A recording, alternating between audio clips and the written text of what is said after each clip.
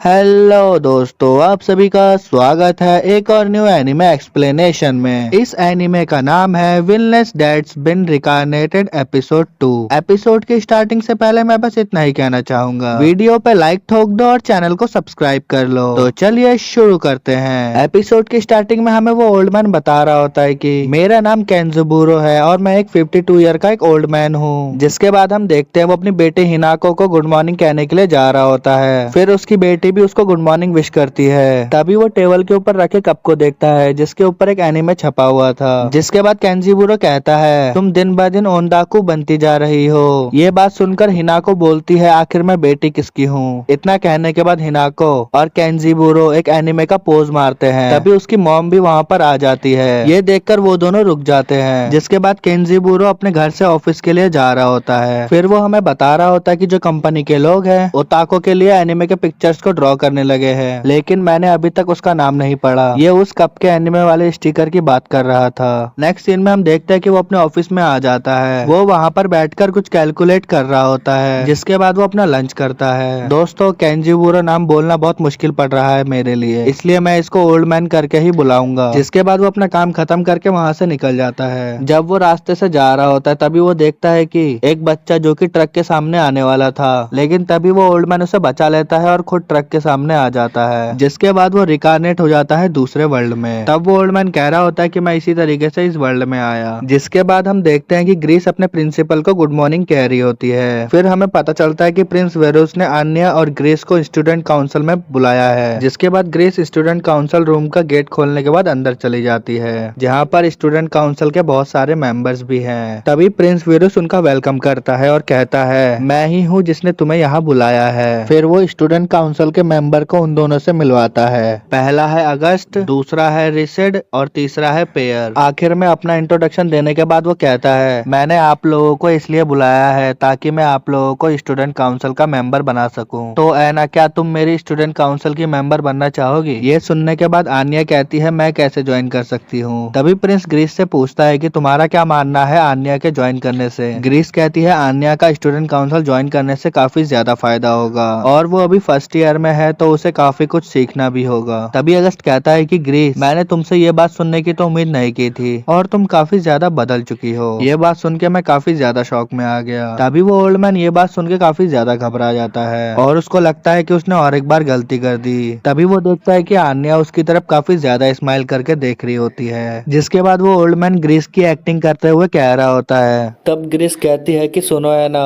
मैं जानती हूँ कि तुम स्टूडेंट काउंसिल की मेंबर जो है बन सकती हो, लेकिन तुम एक बात से सतर्क रहना, ये जो एकेडमी है ये नोवेल्स की एकेडमी है और नोवेल्स को यहाँ पर सब कुछ ठीक से चाहिए होता है, यानी कि तुम्हें भी अपना बिहेवियर ठीक से करना होगा। अगर तुम यहाँ पर हर चीज को ठीक से कर सकती हो तो ही तुम स्टूडेंट काउंसिल की मेंबर बनना। ग्रीस इस बात को काफी ज्यादा गुस्से में कह रही होती है, लेकिन ऐना यहाँ पर इस बात को काफी प्यार से देख रही होती है और कहती है कि आप तो बहुत ज्यादा अच्छी हो। ऐना ग्रीस के गुस्से वाले स्वभाव को बिल्कुल नहीं देख पाती। जिसके बाद ऐना कहती है कि ठीक है मैं तैयार हूँ। तभी प्रिंस कहते हैं कि ठीक है, जब तक तुम्हारे साथ ग्रीस है तब तक मुझे कोई दिक्कत नहीं है और जो तुम दोनों का पेपर वर्क है वो मैं कर देता हूँ और नेक्स्ट वीक से तुम दोनों हमारे स्टूडेंट काउंसिल की मेंबर हो। जिसके बाद हम देखते हैं कि वो लोग वहाँ से जा रहे होते हैं। तभी ग्रीस अपने मन में सोच रही होती है कि ये बहुत अच्छा हुआ, अगर हम दोनों साथ में रहेंगे तो मैं बड़ी आसानी से इसको रोक सकती हूँ यहाँ पर उस लड़के के प्यार में गिरने से, और इसी तरीके से मैं इन दोनों के बीच में दूरी बना पाऊंगी। लेकिन मेरा क्वेश्चन यही है कि आखिरकार ये प्यार किससे करेगी। नेक्स्ट सीन में टीचर कह रही होती है कि फाइनली आज से हम प्रैक्टिकल लेक्चर लेने वाले हैं और आज से हम मैजिक का सर्कल बनाना सीखेंगे और तुम लोग बिल्कुल भी चिंता मत करना, मैंने यहाँ पर चारों तरफ से बैरियर को लगा दिया है जिससे यहाँ के बाहर के लोगों को इसका कोई भी असर नहीं होगा। देखो, सबसे पहले तुम्हें यहाँ पर एक मैजिक सर्कल को क्रिएट करना है और उसके अंदर कुछ वर्ड लिखने हैं जिससे यहाँ पर तुम्हारा मैजिक हो जाएगा। तभी एक लड़का कहता है कि आखिरकार हम लोग इतने अजीब शब्दों का इस्तेमाल क्यों करते हैं, अगर हम यहाँ पर कुछ आसान शब्दों का इस्तेमाल करें तो हम उन शब्दों को आसानी से याद भी कर सकते हैं और मैजिक भी कर सकते हैं। टीचर बोलती है कि ये काफी अच्छा क्वेश्चन है, लेकिन देखो तुम यहाँ पर मैजिक कर रहे हो और अगर तुम्हारे आसपास कोई लड़का हुआ जो कि बहुत बेकार बंदा है, जो कि तुम्हारे मैजिक को समझ लेगा और उसका गलत इस्तेमाल भी कर सकता है। तभी ऐना कहती है कि मैं समझ गई, हमें यहाँ पर उन्हीं शब्दों का इस्तेमाल करना चाहिए जो सिर्फ जादूगर समझ सकते हैं, लेकिन हम यहाँ पर खुद के शब्द नहीं बना सकते। टीचर कहती है ये भी काफी काफी अच्छा क्वेश्चन है। देखो, अगर तुम खुद का शब्द बनाना चाहते हो तो तुम्हें ऐसा शब्द ढूंढना होगा जो रोजमर्रा जिंदगी में ना बोला जाता हो और उसे अभी तक ना खोजा गया हो। तभी तुम यहाँ पर कोई नया शब्द लिख सकती हो। तभी वो ओल्ड मैन कहता है कि मैं समझ गया, हमें ऐसा शब्द का इस्तेमाल करना होगा जो यहाँ पर किसी ने ना सुना हो ना देखा हो। तभी हम देखते हैं कि जो ग्रीस होती है वो अपने स्पेल को कास्ट कर देती है और वो लिखती है फायर, और ये फायर वो जापानीज में लिखती है, इसलिए इसका जो फायर होता है वो काफी ज्यादा तेज होता है। तभी दूसरे लोग कह रहे होते हैं कि आखिरकार इसने कौन सा शब्द लिख दिया जिससे यहाँ पर इतना बड़ा फायर मैजिक कास्ट हो गया। तभी एक लड़का कहता है कि आखिरकार इसमें क्या बड़ी बात है, मैंने यहाँ पर मैजिक सर्कल के काफी सारे प्राइवेट ट्यूशंस लगवा रखे हैं तो मैं बड़े आराम से इसे क्रिएट कर सकता हूँ। जिसके बाद हम देखते हैं कि जो ऐना होती है वो भी मैजिक को क्रिएट कर लेती है। जिसके बाद ग्रीस कह रही होती है कि ऐना के पास काफी ज्यादा मैजिक है, इसलिए वो आराम से किसी भी सर्कल को क्रिएट कर सकती है। जिसके बाद हम देखते हैं कि वो लड़का वहाँ पर एक गोलम को बुला लेता है। तभी टीचर वहाँ से सारे बच्चों को दूर जाने के लिए कह रही होती है और ये भी कहती है जब तक इसका माना खत्म नहीं होता तब तक ये गोलम यहीं पर रहेगा। तभी हम देखते हैं कि जो ग्रीस होती है वो बीच में आ जाती है और पॉज लिख देती है जिससे कि वो गोलम वहीं पर रुक जाता है। नेक्स्ट सीन में वो टीचर उस लड़के से कह रही होती है कि तुम मेरे ऑफिस में मिलना बाद में, और वो लड़का कहता है ठीक है टीचर। नेक्स्ट सीन में हमें ग्रीस के घर का सीन दिखाया जाता है जहाँ पर वो मेड कह रही होती है कि मेरा नाम जूली है और मैं यहाँ पर कब से मेड का काम कर रही हूँ। फिलहाल के लिए मैं तो एक ट्रेनी हूँ, लेकिन कुछ टाइम से जो ग्रीस है वो काफी अलग सा बिहेव कर रही है। जिसके बाद हमें पास्ट का सीन दिखाया जाता है जहाँ पर जैनी एक किताब को लेकर आई होती है। जिसके बाद जैनी कहती है माय लेडी जो आपने किताब मंगाई थी वो मैं ले आई हूँ। जिसके बाद ग्रीस कहती है ठीक है उसे वहाँ पर रख दो, तुम्हारा शुक्रिया। ये सुन के जैनी वहाँ पर शॉक में आ जाती है, लेकिन यहाँ पर जो ग्रीस है वो हमेशा जैनी को डांटा करती थी और वो भी बिना किसी वजह के। जैनी बोलती है कि जो ग्रीस है वो दिखने में एंजल है लेकिन जो उनका दिल है वो डेविल का है। जिसके बाद प्रेजेंट का सीन आता है, जो बाकी की मेड है वो पीछे से बोल रही होती है यहाँ पे जो मैडम ग्रीस है वो काफी ठीक हो गई है, लगता है कुछ ऐसा हुआ है जिससे कि वो काफी अच्छे मूड में है। जिसके बाद जैनी उनके बातों को सुनने लग जाती है। तभी दूसरी मेड कहती है कि तुम ठीक कह रही हो, वो जो है काफी अच्छी हो गई है, लेकिन क्या पता ये तूफान के आने से पहले की शांति हो। तभी पहली वाली मेड कहती है कि अच्छा तुम ऐसा कहना चाहती हो कि यहाँ पर कोई बैड न्यूज आने वाली है। फिर वो कहती है कि हाँ तुम ठीक कह रही हो, क्या पता ऐसा भी हो सकता है कि वो हमें यहाँ से निकालने वाली हो, क्या पता इसलिए वो हमारे साथ अच्छा बिहेव कर रही हो, ऐसा भी हो सकता है कि वो हमें मार्केट में ले जाकर बेच दे। यहाँ पर जैनी इस बात को सुन के काफी ज्यादा हैरान हो जाती है और कहती है क्या वो मुझे मार्केट में ले जाकर सेल कर देगी। फिर वो कहते हैं कि हाँ मुझे ऐसा ही लगता है कि वो मुझे सेल कर देगी क्योंकि मैं यहाँ पर नई हूँ और मैं काम भी ठीक से नहीं करती।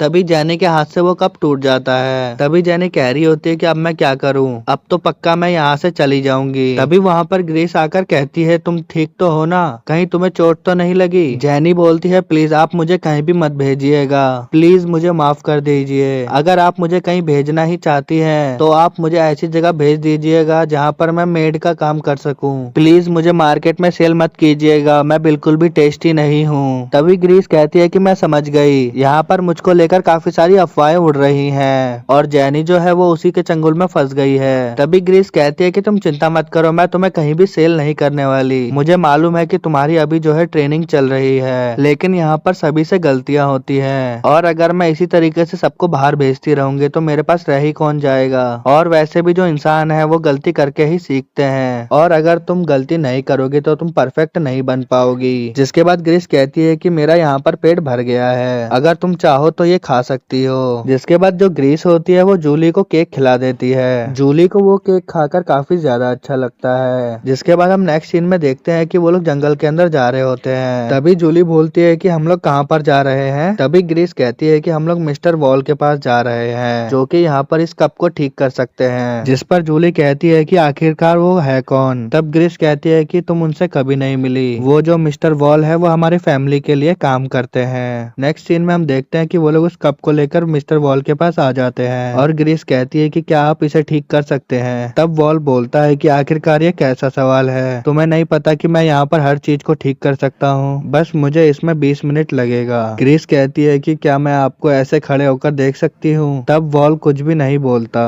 तभी वो वो ओल्ड मैन यहाँ पर कह रहा होता है कि ऐसे किसी बंदे को काम करते हुए देखना मुझे काफी ज्यादा अच्छा लगता है। वैसे कोई भी वर्ल्ड हो, यहाँ पर जो ड्राफ्टमैन है वो हर वर्ल्ड में होते ही हैं। तभी वो वॉल उस चाय की केतली को ठीक कर देता है। तभी जूली कहती है कि मुझे यकीन नहीं हो रहा कि ये पहले जैसा हो गया, कोई भी देखकर नहीं कहेगा कि ये टूट गया था। तभी ग्रीस कहती है कि आपका बहुत बहुत शुक्रिया। तभी मिस्टर वॉल कहते हैं कि तुम्हें याद नहीं होगा, बहुत पहले तुम यहाँ पर आकर हमेशा खड़ी रहा करती थी और तुम लास्ट टाइम से बहुत ज्यादा बड़ी हो गई हो। तभी ग्रीस कहती है कब? वॉल बोलते हैं बहुत पहले, जब तुम बहुत छोटी थी तब तुम यहाँ पर आके हमेशा खड़ी रहा करती थी। चाहे मैं यहाँ पर कितनी देर भी काम किया करूँ, लेकिन तुम मेरे काम को देखकर हमेशा एंजॉय किया करती थी। तभी वो ओल्ड मैन कहता है कि मुझे ग्रीस की सारी मेमोरीज दिख रही हैं। वो कहता है कि जो ग्रीस थी वो काफी काइंड गर्ल हुआ करती थी और वो हमेशा दूसरों को काम करते हुए देखा करती थी, लेकिन उसके घर वालों ने उसके ऊपर काफी ज्यादा प्रेशर डाला, जिसके बाद वो बहुत सारे लेक्चर्स को अटेंड करने लगी, जिसकी वजह से धीरे धीरे उसका दिमाग खराब होने लगा, जिसके बाद वो चिड़चिड़ी रहने लगी और जो उसका दिल है वो भी सख्त बन गया।